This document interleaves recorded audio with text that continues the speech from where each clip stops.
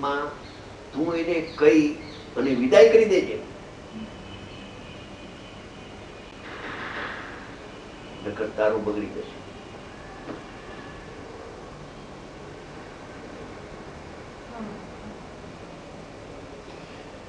તો જરાક પાછું બોલાય ગયું તો સાહેબ તો આ પરંપરા વળી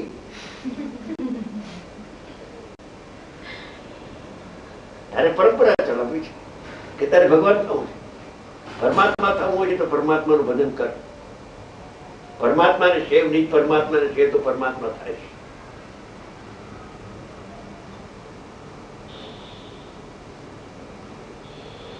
ત્યારે સમજી ગયો હજી મને પર ઉપર લગ જાય છે કે બીજા પામે તો ઠીક, એ બરાબર परंपरा चलाने वालों से परंपरा नहीं चलती, नहीं चलती.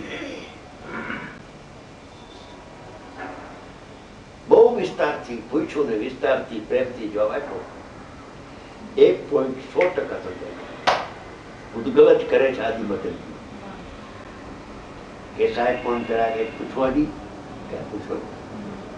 એ રાગ છે ને એ વ્યવહારે જીવમાં થાય છે એને વ્યવહારે કરે છે એમ મેં સાંભળ્યું છે અને શાસ્ત્રમાં વાંચ્યું છે સમય સાથે એવા શાસ્ત્રમાં કે એ કહ્યું છે એનો અર્થ કે વ્યવહારને કહ્યું એટલે કે એમ નથી. કેમ કે જીનેન્દ્ર ભગવાનના માર્ગમાં કોઈ વખતે નિશ્ચયની નિમુખતાથી કથન કરવામાં આવે છે તેને સત્યાર્થ છે એમ સમજવું, અને કોઈ વખતે વ્યવહારની નિમુખતાથી કથન આવે એને એમ નથી નિમિત્તાદિની અપેક્ષા એ કથન કરવામાં આવ્યું છે એમ સમજજે. પણ આ પણ સાચું ને આ પણ સાચું ભૂતગલે કરે છે ને જીવે કરે છે કથનચિત એમ બ્રહ્મરૂપ પ્રવૃત્તિમાં.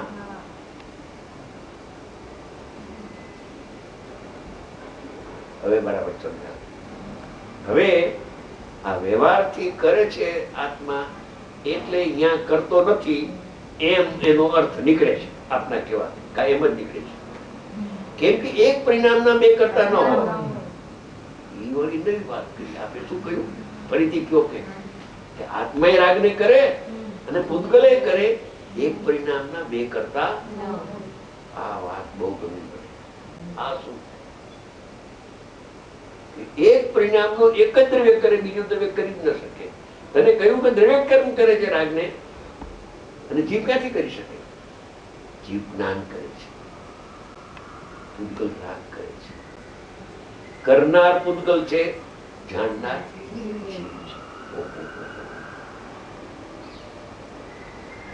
શિષ્ય બહુ ખુશી થઈ આવી અપૂર્વ વાત સાંભળવા બધા સખી પડે. કોટી કોટી વંદન કરી આવી વાત કહું કે ના આપણા સિવાય અત્યાર સુધી મને મેળો નતો. ઘણાને પૂછ્યું પણ આટલો ખુલાસો નતો. એને સંતોષ થઈ ગયો કે સાહેબ આટલામાં અનુભવ થઈ જશે કે નહીં થાય.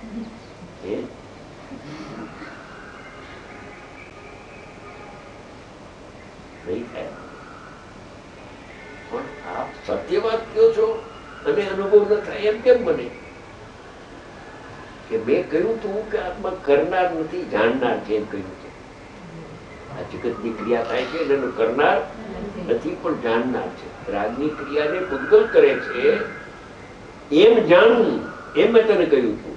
તું કરનાર નથી પણ જાણનાર છે. કેવો જાણનાર છો કે પૂતગલ કરે છે એમ જાણજે. હું કરું છું એમ ન જાણજે. એટલે મેં તને કહ્યું તો શું કે તું એનો જાણનાર રહેજે પણ કરનાર નહીં. એમાં અનુભવ નહીં થાય. એ પણ સમજાણો નહીં. કેમ કે આત્મા સ્વપર પ્રકાશક છે. સ્વને જાણે ને પરને જાણે. કરે નહીં રાગને, પણ રાગને પૂતગલ કરે છે એમ હું જાણીશ. અનુભવ નહીં થાય.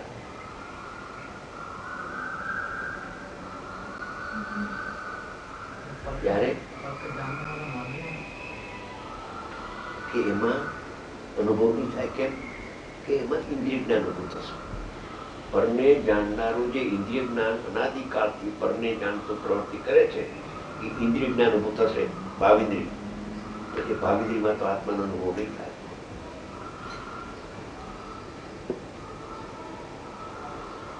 ત્યારે હું કરતો નથી ને એને જાણતો નથી કે ના તું એને જાણતો નથી.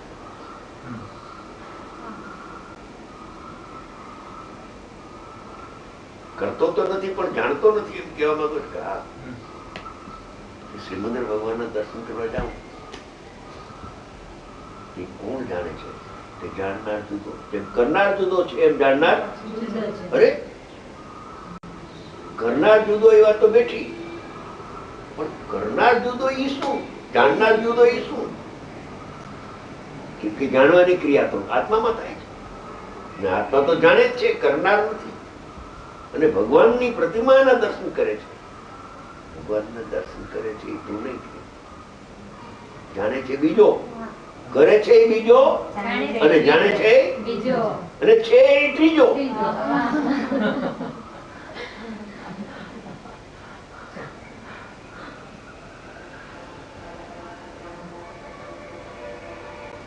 કે જાણે છે એ બીજો કોણ?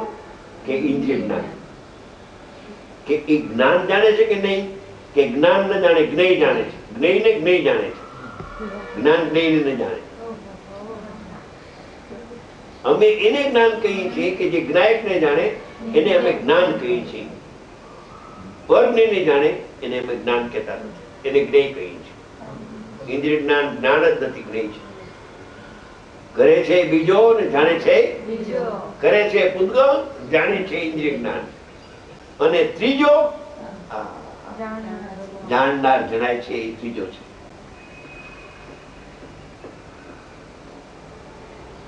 આમ વિસ્તારથી ખૂબ, આ તો ટૂંકાર મેં વાત કરી, પણ આચાર્ય ભગવાને વિસ્તારથી સમજાયું. જાણનાર જ્યાં બીજો કયો, જાણનાર બીજો કયો, ત્યાં ઇન્દ્રિય જ્ઞાનનો વ્યાપાર અટકી ગયો. કે સમયસારની છઠ્ઠી ગાથા કોણ જાણે કે બીજો,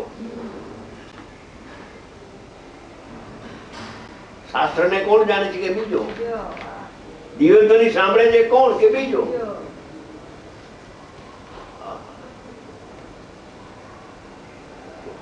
આપને કોણ જાણે છે કે બીજો, તું નથી જાણતો મને.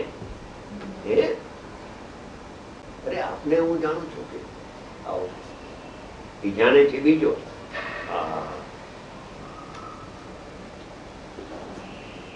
જાણે છે બીજો ને જણાય છે એ બીજો. જાણે છે બીજો છે જ, અને જણાય છે તે આત્મા છે. જ્ઞાનમાં જે જણાઈ ગયો છે આત્મા એ તું છો.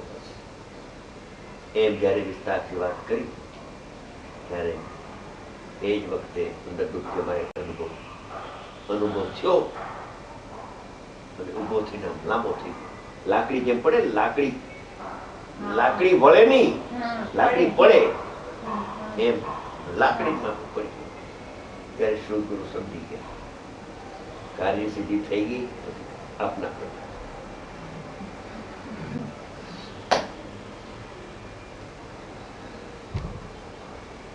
કરે બીજો ને જાણે બીજો. જાણનારો નહીં, ને જાણનાર, નાયક ને જાણનાર.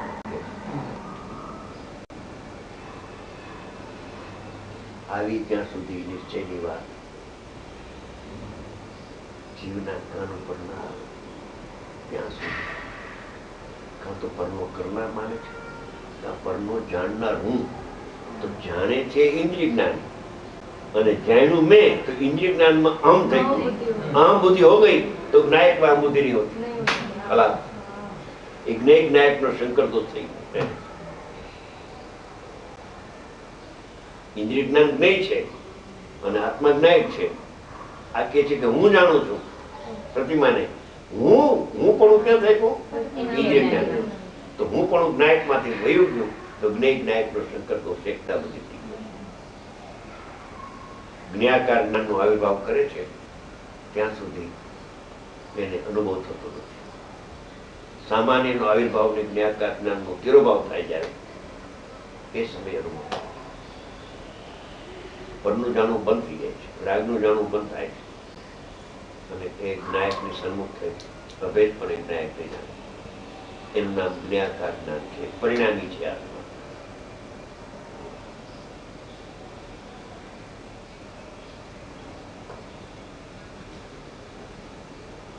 આ બે વાતમાં બાળકનો સાર છે. બે જ ભૂલ છે. સાહેબ પણ હું આ જાણીને પરંપરા ચાલશે એવો કોઈ બિચારા નહીં. ફાયદો થાય પણ તમને શું નુકસાન? આપની તો बिगड़ती नहीं है, मेरी बीवी सुधरती है.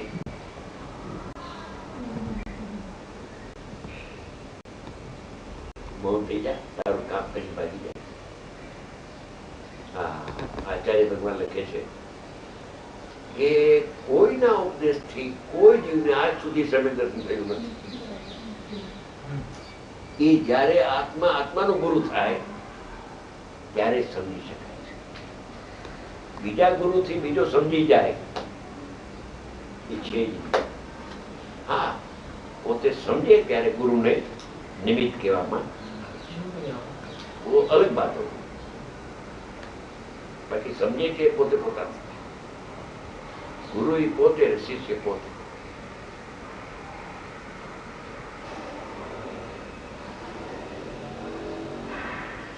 ન્યાયિક સન્મુખ જ્ઞાની ગુરુ છે અને પર્યાય ઉત્પન્ન થઈ છે તેનું શિષ્ય છે.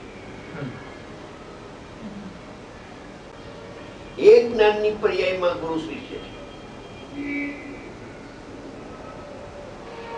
નાયક તો પરમ ગુરુ છે.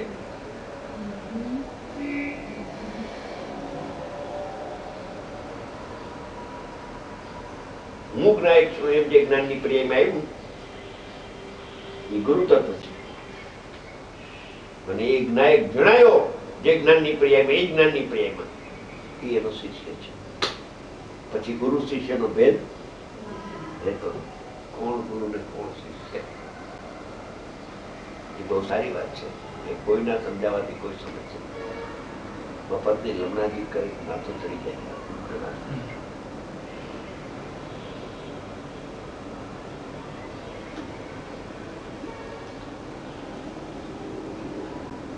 સવારે આજ વિચારો આવ્યા હતા એ ટૂંકા કરે છે બીજો, જાણે છે બીજો, નાયક ત્રીજો. કરનારમાં જતો નથી નાયક, અને બીજો બીજાને જાણે છે એમાં નાયક જતો નથી. એનાથી જુદો, રાગાદિથી જુદો અને બહિર્મુખ જ્ઞાનથી પણ બે પ્રકાર છે.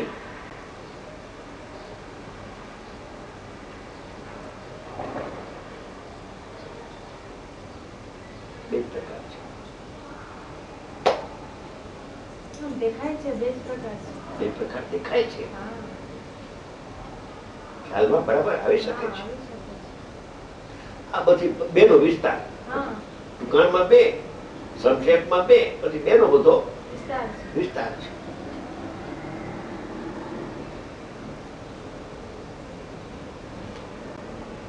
ભૂલ બે છે. હું કરનાર છું, પરનો ને પરનો જાણનાર. પરમાંથી છૂટો તો રાગનો કરનાર છું ને રાગનો જાણનાર છું.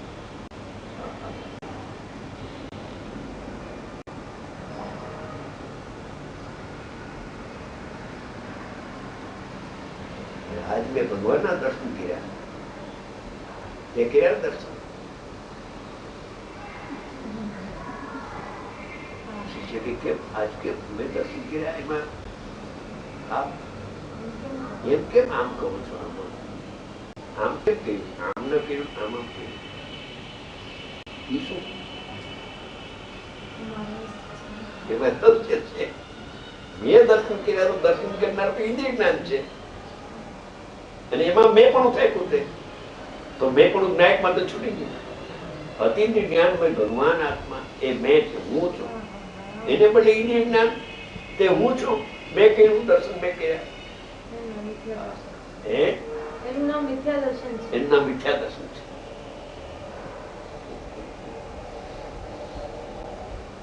આવું સૂક્ષ્મ રહસ્ય ગુરુદેવ ઉદ્ઘાટન કરી ગયા છે. બે વાતનું ઉદ્ઘાટન એને કર્યું છે. ખરેખર આત્મા પરને જાણતો નથી તો પછી પર તરફ ઉપયોગ મૂકવાની વાત ક્યાં રહી? આત્મા આત્માને જાણે છે એ પણ વ્યવહાર છે. જ્ઞાયક તો જ્ઞાયક છે તે નિશ્ચય છે. જા ભાગી જા, સમાઈ જા સ્વરૂપમાં. ભાગી જાય છે સ્વરૂપમાં સમાઈ જા.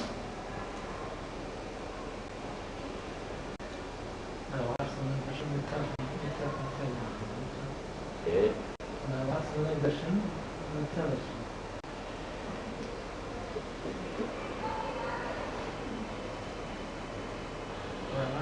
समय दर्शन से पहले व्यवहार समय दर्शन बनता ही नहीं.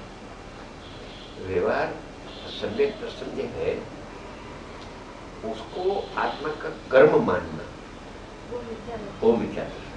व्यवहार रत्नत्रय मिथ्या तो नहीं. व्यवहार सम्यक दर्शन, सम्यक ज्ञान, सम्यक चारित्र जो व्यवहार है, व्यवहार रत्नत्रय का परिणाम है, वो मिथ्या तो नहीं. उसको अपना मानना, उसमें कर्ता बुद्धि कर रखना, उसका स्वामी बन जाना, उसका नाम मिथ्या. व्यवहार रत्नत्रय तो निश्चय के साथ होता है, वो मिथ्या दर्शन नहीं है.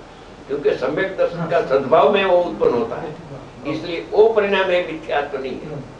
जो व्यवहार वैसे करते हैं वो उसके आत्मबुद्धि करना, उपादेय मानना, वो मिथ्या. करने वाला तो भूतगल है, माना मैं करने वाला हूँ, वो मिथ्या. उसका जो अस्तित्व है व्यवहार रत्नत्रय का, वो मिथ्या तो नहीं. क्योंकि सम्यक दर्शन के साथ मिथ्या तो रहता नहीं है. क्या कहा? क्योंकि सम्यक दर्शन का सद्भाव में व्यवहार रत्नत्रय का प्रकट होता है, तो उसका नाम मिथ्या तो कहाँ से रहे?